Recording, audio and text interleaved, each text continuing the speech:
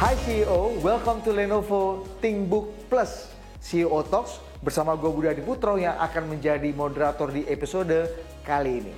Dan seperti biasa, di acara ini gue bakal ngobrol-ngobrol bareng CEO-CEO terbaik di Indonesia. Spesialnya, di episode kali ini gue bakal ngobrol dengan seorang CEO muda, usianya 24 tahun, tapi sudah memulai entrepreneurship journey-nya sejak usia 17 tahun. Siapa dia? Benar banget, Putri Tanjung, founder dan CEO dari Creative Experience Office City Corp yang memiliki 3 unit bisnis di bawahnya, yakni CXO Media, CXO Studio, dan CXO Strategist.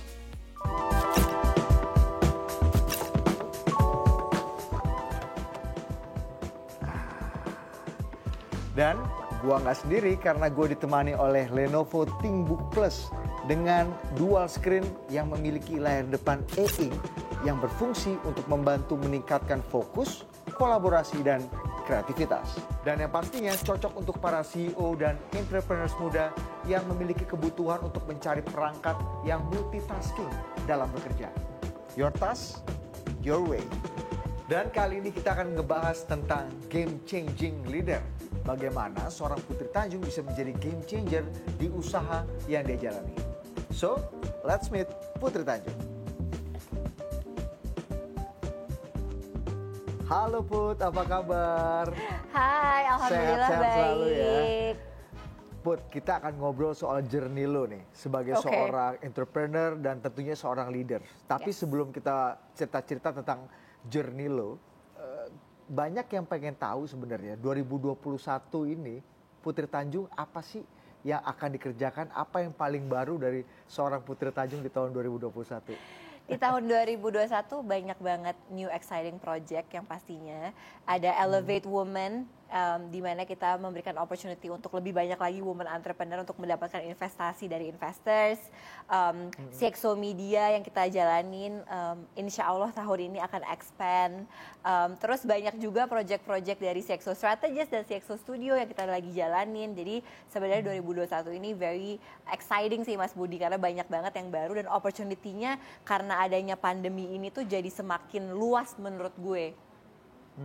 Dan yang paling penting adalah salah satunya sebagai seorang leader lo harus bisa memanage tim ya, memanage orang-orang yang ada di bawah lo.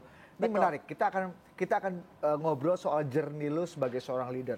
Lo sudah 10 tahun berkarya, banyak karya lo yang dinikmati dan punya dampak buat anak-anak muda. Dan lo mulai dari tim yang sangat kecil, 4 orang, sampai sekarang 10 tahun kemudian udah beranak pinak jadi 50 orang. Nah, sebagai seorang leader, apa yang berubah dari mulai 4 orang sampai lu menuju ke 50 orang sekarang? Apa yang berubah dari style leadership seorang Putri Tanjung? Mungkin kalau berubah sebenarnya sih core values-nya masih sama ya Mas Budi. Gue juga kalau mikir-mikir udah 10 tahun ya, dari 15 tahun gak kerasa. Hampir 10 tahun berkarya di industri kreatif ini gitu. Mungkin yang paling beda adalah tantangannya gimana caranya kita sebagai leader untuk bisa terus evolve sih Mas. Gimana kita sebagai leader untuk terus mau belajar, untuk terus mau mengikuti zaman, untuk terus mau menjadi yang lebih baik lagi gitu. Jadi I think it's very important untuk kita sebagai leader tuh terus berkembang, melihat situasi juga gitu, melihat opportunity baru, punya mindset yang terbuka gitu. Jadi kalau misalkan perubahan mungkin ya berubah, gue lebih bijaksana, lebih dewasa karena udah 10 tahun juga gitu ya, sudah melalui proses gagal jatuh bangun yang cukup lama gitu ya, walaupun tetap harus masih banyak belajar, tapi udah dapat pengalaman yang cukup banyak juga gitu dari 10 tahun ini gitu. Tapi yang sama justru core values-nya masih sama. Mimpinya masih sama, goalnya masih sama, untuk bisa berdampak lebih baik lagi dan lebih bermanfaat untuk banyak orang gitu. Itu sih Mas. Jadi goals utama lo adalah membuat sesuatu karya, membuat sesuatu pekerjaan yang punya impact untuk lebih banyak orang gitu Putih. Itu Benar, yang mungkin jadi core value lo. Betul, karena gue selalu merasa bahwa kalau menjadi seorang pengusaha itu kan adalah pekerjaan yang sangat mulia ya Mas. di mana lo bisa berdampak sangat luar biasa untuk banyak orang, lo bisa memberikan lapangan pekerjaan yang banyak gitu, dan gue merasa gue punya tanggung jawab itu gitu, dan gue punya opportunity untuk gue tuh bisa memberikan dampak lebih bersama tim gue gitu. Jadi itu yang menjadi core value kita gitu, itu yang selalu kita pegang, karena kan sebenarnya ya jadi pengusaha itu adalah orang-orang yang bisa menyelesaikan banyak masalah kan, memberikan solusi-solusi terhadap masalah-masalah gitu, yang memberikan inovasi-inovasi gitu. Jadi menurut gue, I'm so blessed to have this job, karena itu dia nggak kebayar lah rasa-rasa di mana kita bisa memberikan impact lebih. Gue mulai paham, jadi yang membuat lu bertahan dan terus punya ambisi sampai sekarang karena lu pengen berbuat sesuatu, punya dampak sesuatu kepada orang banyak.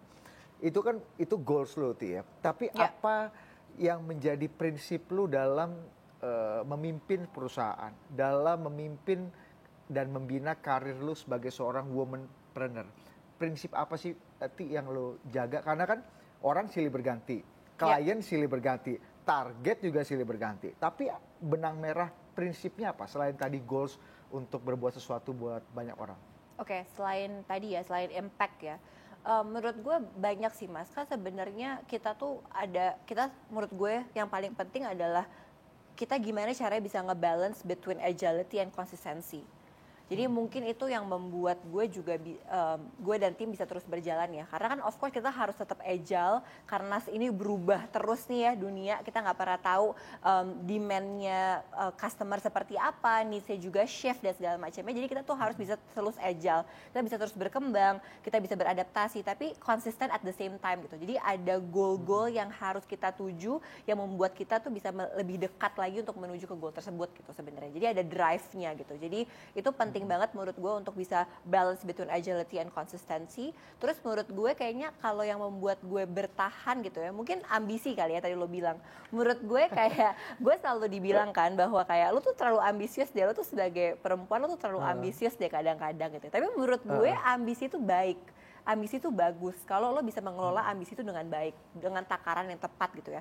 Karena menurut gue ambisi itu adalah fuel gue.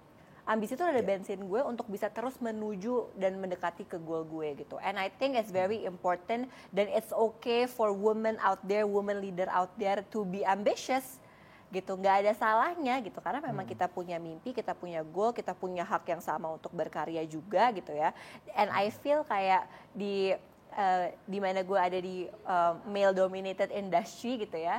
Gue merasa kayak gue pingin banget gitu kayak mensupport other women leader untuk kayak bringing more women into the room gitu, karena menurut gue kita tuh butuh lagi lebih banyak women leader karena menurut gue harus dibalance kan gitu. Jadi women leader tuh menurut gue punya empathy yang sangat luar biasa, punya multitasking skill juga yang sangat luar biasa, and we need more women leader gitu.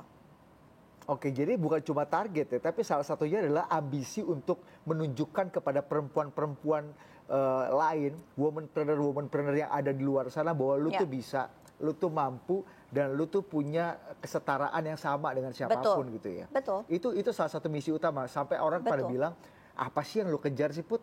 Lu kayak udah udah di posisi ini, apalagi yang lu mau kejar gitu loh. Dan banyak juga akhirnya perempuan-perempuan di luar sana yang terinspirasi, gue pengen deh jadi kayak Putri Tanjung, bensinnya nggak habis-habis, ambisinya nggak habis-habis gitu. Tapi banyak orang pengen tanya, apa yang lo kejar? Apa yang gue kejar ya? Emang banyak sih orang yang tanya, apa sih yang lo kejar gitu. Tapi lagi-lagi sebenarnya gue, pertama, I love doing my job, Mas Budi. Kayak gue tuh seneng banget bekerja gitu. Jadi memang emang gue I love my job gitu. Terus yang kedua, gue merasa bahwa again banyak sekali goal-goal gue yang belum tercapai, dan gue merasa gue tuh punya privilege yang sangat luar biasa, Mas Budi. Gue lahir dari orang tua yang sangat luar biasa, yang mendidik gue sangat luar biasa. Gue punya resources dan opportunity yang banyak orang nggak punya gitu ya, yang dititipin sama yang di atas. Jadi gue merasa bahwa gue punya tanggung jawab gitu.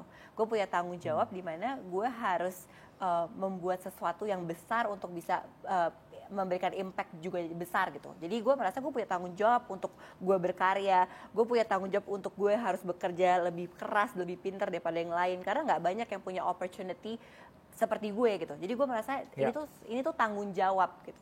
I think itu yang selalu gue ingat dan gue pegang gitu. Jadi ya gue akan terus berkarya Mas Budi, dan sekarang tuh gue belum mencapai apa, maksudnya masih jauh banget sama goal gue gitu. Jadi ini masih, dan gue masih harus banyak belajar dari other entrepreneurs, dari semua proses yang nanti akan gue lewati gitu. Jadi dan emang gue mungkin emang nggak pernah puas juga ya Mas Budi. Gue merasa gue tuh emang butuh challenge terus gitu. Jadi I think and my job keeps me alive. Jadi ya gue selalu semangat aja untuk kayak try new things. Oke. Kira-kira apa yang membuat lo pikir bahwa ambisi lo, style leadership lo yang kira-kira mungkin kayaknya ini cocok untuk perempuan-perempuan muda, untuk entrepreneurs perempuan untuk tiru? Apa yang menurut lo perlu banget orang-orang itu bisa menyerap semangat dan ekspresi dan value lo? Oke, jadi perempuan. Jadi sebenarnya menurut gue setiap orang punya leadership style-nya masing-masing sih Mas. Jadi lo nggak bisa sama ratakan gitu, nggak ada racikan sukses sebagai leader tuh harus seperti apa, menjadi seorang pengusaha tuh harus seperti apa gitu. Jadi sebenarnya beda-beda semua racikannya gitu. Tapi mungkin kalau dari gue gitu ya, leadership style gue atau apa yang gue selalu pegang again adalah values. Jadi gue tuh selalu stick to my values, to our company values gitu. Dan itu yang selalu gue sampaikan ke tim gue. Jadi kita tuh sama-sama punya values yang sama, punya tujuan yang sama. Gue sebagai leader penting banget untuk gue selalu bisa mengkomunikasikan vision yang jelas, target yang jelas gitu. Jadi mereka tahu kita arahnya kemana. Dan again kita akhirnya tim kita semakin dekat karena kita punya values yang sama. Jadi pertama adalah sebagai leader harus bisa mengcommunicate clear values gitu ya ke tim kita.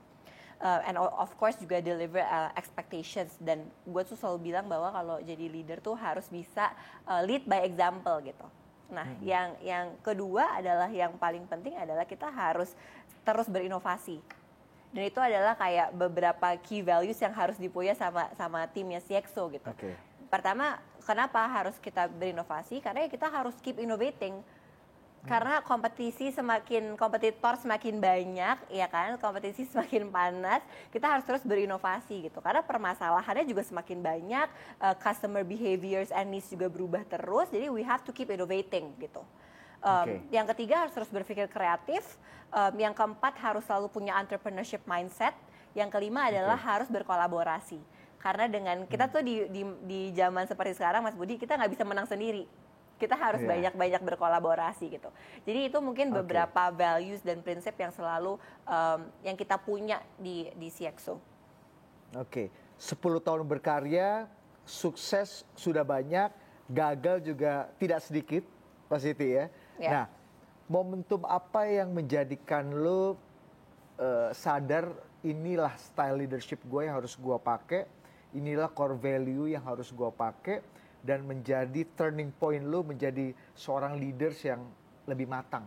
Menurut gue lu di usia 24 tahun, lu mengelola sebuah entitas perusahaan dengan 3 unit bisnis di bawahnya, 50 karyawan dengan target yang luar biasa, impact yang luar biasa.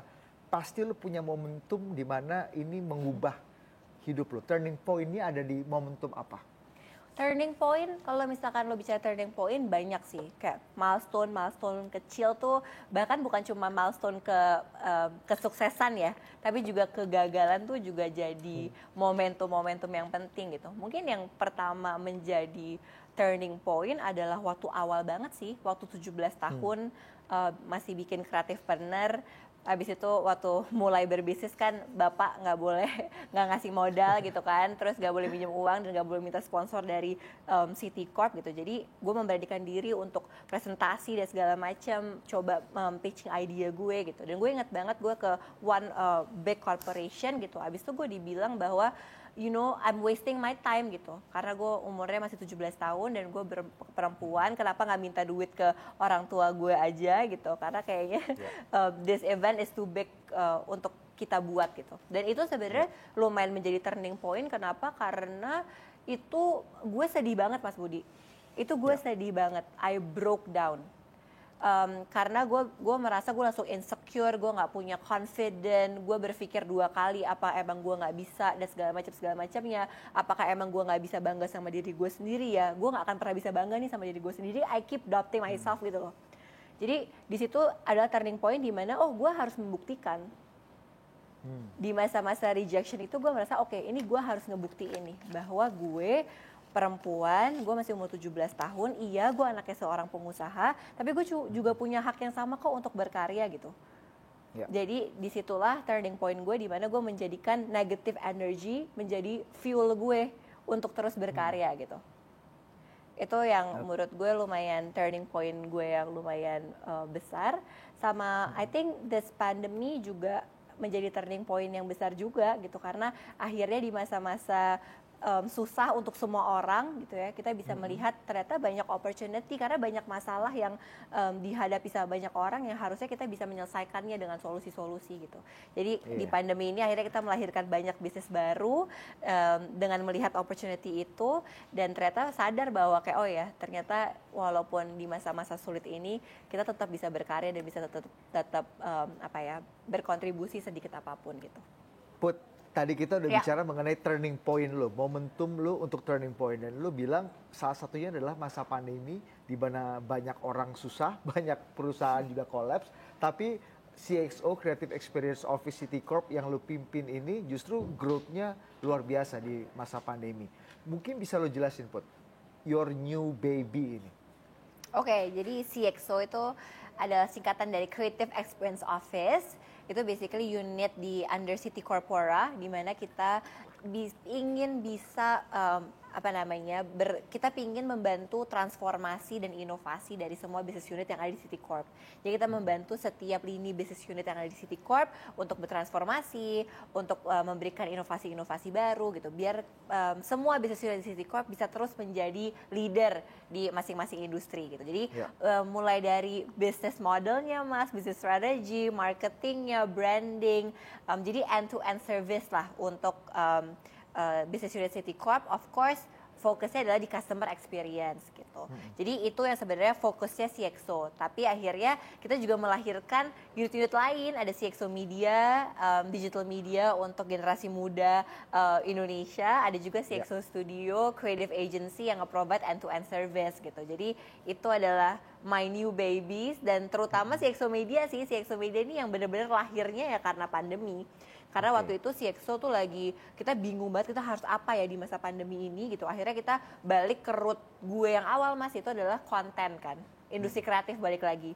Jadi kita akhirnya di masa pandemi itu kita bikin konten buat klien, buat OTT, dan kita berpikir gitu kenapa kita nggak bikin media sendiri aja ya gitu. Apalagi sekarang serba ada platform, ada banyak platform dan segala macam, jadi lebih gampang gitu. Akhirnya kita bikin CXO Media di YouTube gitu. Awalnya YouTube channel aja. Terus ternyata alhamdulillah kita kaget juga growth-nya sangat cepat.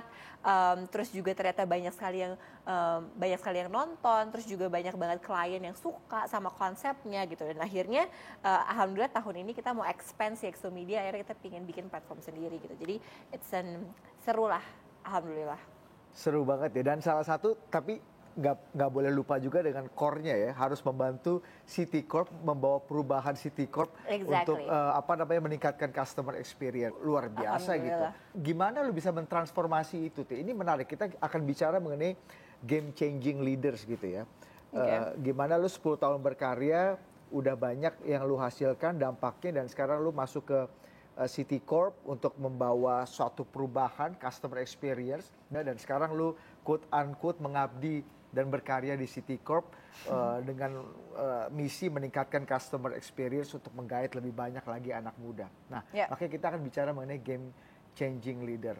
Ini kan misinya kan cukup berat nih, Put, ya kan, membawa angin baru di City Corp.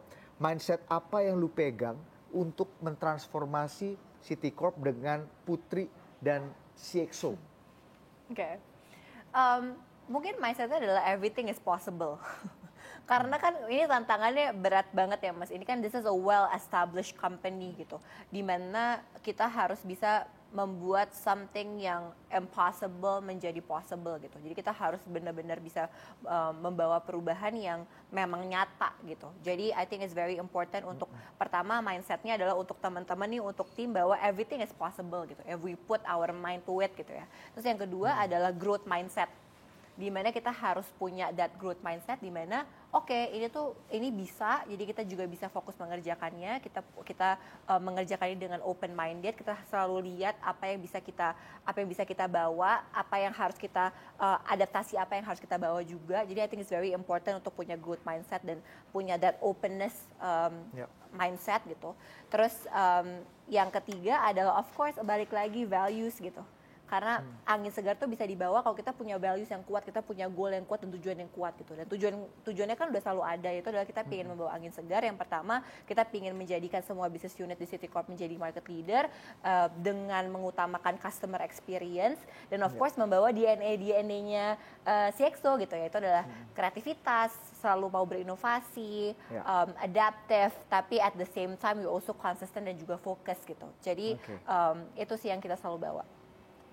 Apa yang menurut lu harus diketahui oleh para game changing leaders di luar sana, terutama perempuan-perempuan muda seperti lo gitu, kualitas apa yang mereka miliki supaya bisa mentransformasi unit-unit bisnis yang lagi mereka pimpin, seperti yang lu lakukan di CXO dan Citicorp sekarang? Ya, balik lagi tadi Mas, mindset. I think mindset is the most important thing sih.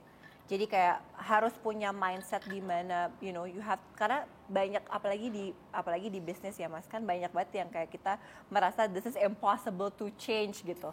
Nah, makanya harus punya mindset open mind. Kita harus open minded itu, di mana kayak kita harus bisa bikin something yang impossible menjadi possible, dan terus curious, terus mau belajar, terus mau beradaptasi, and it's okay sometimes to unlearn something gitu. Karena kan ada beberapa hal yang udah nggak bisa kita lakuin lagi, udah ada beberapa hal yang udah nggak make sense lagi di era yang seperti sekarang gitu. Jadi we have to keep changing, we have to keep evolving gitu. Dan I think it's very important untuk pengusaha-pengusaha muda terutama untuk bisa terus evolve gitu, untuk bisa menjadi evolving leader, a good evolving leader, kayak leader yang terus berkembang, leader yang terus mau belajar. I think that's the key sih, is very important. Dan itu di semua unit bisnis, di semua usaha, gue rasa value dan mindset seperti itu yang penting banget untuk mereka pahami gitu Put ya. Betul. Oke, ini banyak juga yang pengen tahu. Ini Putri itu kan lagi-lagi ambisius, banyak banget mimpinya ke depan, pengen banyak banget ingin berbuat sesuatu yang lebih besar lagi. Nah, gebrakan dan kolaborasi apa nih CXO ke depannya yang mungkin banyak orang yang pengen tahu? Di masa-masa pandemi ini sebenarnya membuka banyak peluang baru juga sih Mas Budi. Kayak kita memberanikan untuk berkolaborasi with international companies. Ada beberapa project yang kita jalani sekarang, ada Elevate Women yang kita baru launch juga nanti. Itu seru banget karena kita memberikan panggung untuk women entrepreneur untuk bisa diinvestasi sama venture capitals. Habis itu ada banyak juga kolaborasi antara CXO Media sama media company di luar sana, belum bisa kita kasih tahu siapa. Cuma lagi banyak banget kolaborasi di Asia juga. Jadi I think it's very senang ya Mas Budi, karena dengan adanya teknologi juga kan, jadi kita bisa mengakses dan berkomunikasi sama banyak orang dari mancanegara gitu. Jadi I'm so excited sih, pandemi ini sebenarnya membuka banyak opportunity untuk berkolaborasi sama orang-orang yang kita malah kita berpikir nggak akan pernah bisa kita reach nih gitu, ternyata dengan adanya teknologi kita bisa berkolaborasi sama mereka juga. Put, lu kan sekarang memimpin 3 unit bisnis di bawah lu kan, ada CXO Strategist, CXO Media, dan CXO Studio, dan mereka berjalan bersama-samaan. Gimana lu memanage 3 unit bisnis yang cukup besar dan cukup growingnya bagus gitu di bawah lo? Oke, sebenarnya paling penting itu kita harus punya scale of priority ya Mas Budi. Karena kan memang susah untuk mengerjakan semuanya bersamaan. Dan itu sebenarnya yang gue belajar dari dulu gue berkarya sih Mas, waktu 10 tahun yang lalu gitu ya. Gue selalu belajar bahwa gue tuh kan karena ambisius semuanya gue ambil ya. Dan gue pengen kerjain semuanya bersamaan gitu. Nah which itu gak efektif gitu. Jadi hasilnya semuanya gak ada yang maksimal gitu. Nah itu yang gue pelajarin. Makanya sekarang kita tuh selalu ada priority scale, di mana kita memprioritaskan sesuatu yang punya low effort tapi big impact, atau bigger effort and bigger impact. Jadi harus ngelihat skala prioritasnya. Jadi pertama tuh yang paling penting adalah prioritas. Lo harus tahu skala prioritas mana nih yang lebih penting dan lo kerjain duluan. Sekali lagi, kalau gue penting banget tuh Mas ada scale of priority di mana kita mulai dengan something yang low effort tapi big impact. Abis itu lo nyusul ke yang bigger effort tapi bigger impact lagi. Gitu. Jadi yang udah bigger effort low impact, pokoknya low impact nggak usah dikerjain dulu gitu. Lo prioritasin yang punya bigger impact gitu. Nah, terus yang kedua adalah of course dengan adanya teknologi ya, jadinya lebih produktif, lebih efisien juga gitu. Jadi kita bisa meeting back to back, nggak harus ketemu orang juga. Apalagi kan gara-gara pandemi ini juga kan Mas, kita bisa lebih efektif dengan video call dan segala macamnya. Gue juga merasa dengan adanya teknologi kita jadi lebih rapih juga. Karena semua file-file dan semua yang penting-penting itu ada di tempat yang aman, makanya penting banget untuk memilih laptop yang memang aman gitu secara security. Sama yang paling signifikan adalah productivity sih dan efisiensi ya dengan memakainya teknologi gitu. Oke, Ti, sekarang kita akan bahas mengenai millennials dan Gen Z. Kita tahu banyak rekan-rekan kerja lo, hampir semuanya mungkin rekan-rekan kerja lo adalah millennials dan Gen Z as a workforce ya. Nah, gimana lo menciptakan lingkungan kerja yang cocok dan nyaman untuk mereka supaya mereka lebih produktif dan juga mereka loyal at the same time? Betul. Menurut gue Mas sekarang kan kayak generasi muda tuh lagi banyak ngomongin soal work-life balance kan. Nah sebenarnya menurut gue work-life balance itu kan artinya beda-beda ya untuk semua orang gitu. Bisa punya definisi yang berbeda-beda. Tapi sebenarnya menurut gue work-life balance itu apalagi for the younger generations itu tuh juga sebenarnya pengaruh di workplace culture. Jadi I think it's very important untuk CXO tuh punya workplace culture yang tepat untuk tim gue yang ada di CXO gitu, di Creative Experience Office gitu. Jadi of course kita kantornya juga harus memadahi good vibes. Terus ada beberapa memang kita selalu bikin lucu sih Mas. Jadi kita setiap Jumat kita ada kayak meeting alignment semua lagi kayak jadi alignment target, alignment visi misi. Terus kita juga suka bikin acara-acara kita pakai kostum lah dan ada temanya beda-beda. Terus juga ada games gitu. Jadi I think yang paling yang paling unik dari CXO adalah kita tuh bisa ngebalance between we are a family tapi we challenge each other at the same time. Yang kedua adalah we have mutual respect for each others. Terus yang ketiga adalah karena kita very lean, jadi semua orang punya akses yang sama gue, punya akses yang sama untuk reach out ke gue, to challenge me, dan gue juga bisa nge-challenge mereka.